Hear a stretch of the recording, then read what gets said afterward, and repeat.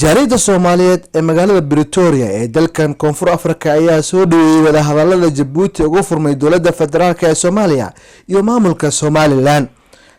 qaarkood oo la hadlay warbaahinta qaranka ayaa waxa ay sheegeen inay lagama maarmaan tahay inay Soomaaliya midowdo, iyagoo dowladda Djibouti iyo tan federaalka ugu mahadceliyay si ambaqaadida wada hadallada dowladda federaalka iyo maamulka Somaliland.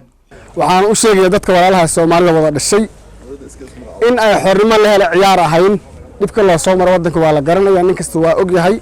taariikh baan leenahay soo jireenna ilaa waqti dheer.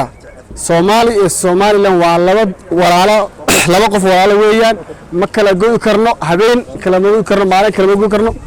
waa labada farood weeyaan, labada farood ma kala go'i karaa waa maya.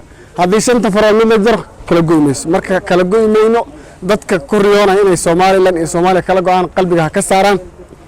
Soomaaliland waa dad walaalo ah midoobaan, dadka adduunka qaarada midoobaya oo horumar sameynaya.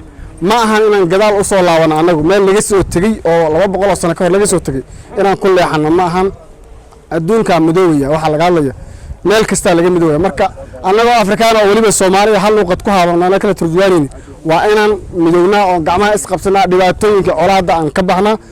marka labaad waxaan u mahadcelinayaa madaxweyne Ismaaciil Cumar Geeli oo markasta jecel in Soomaalida isku timaado oo Soomaalinimada jecel oo dadku inay midoobaan jecel. waxaan leenahay Ismaaciil Cumar Geeli waa soo dhawow markastana taas noogu dhex jir.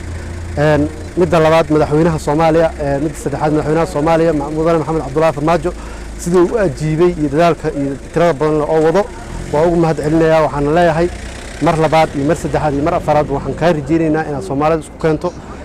madaxweyne Muuse Biixi asagana waa u mahadcelinaynaa. waxaan jecelnahay inay Soomaalida wada socoto, waxaan jecelnahay in mar walba midowno. hadda wadamada midoobaya adduunyadii oo dhan waxa hadda maraysaa in macnaha ay qaaradaha isku tagaan oo hal qaarad hadda America oo kale oo Afrika la egtahay. marka inaan Soomaaliya oo Somaliland iyo Soomaaliya hadda laga wada hadlo la yiraahdo ma kala go'naa masma israacna waxay ila tahay arin aqligeedu aad u hooseeyo.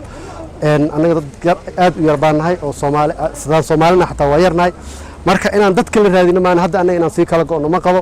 waxaan soo dhaweynaa wada hadalkaas in la xoojiyo, la taageero, aqliguna shaqeeyo, leysna raaco, gacmoodii jira wax ku gooyaan aan adduunka kala la macaamilno. waxaan rabaa inaan ka hadlo wada hadalka ka socda Djibouti ay ku wada hadlayaan ummadda Soomaaliyeed meel kasta ay joogaanba.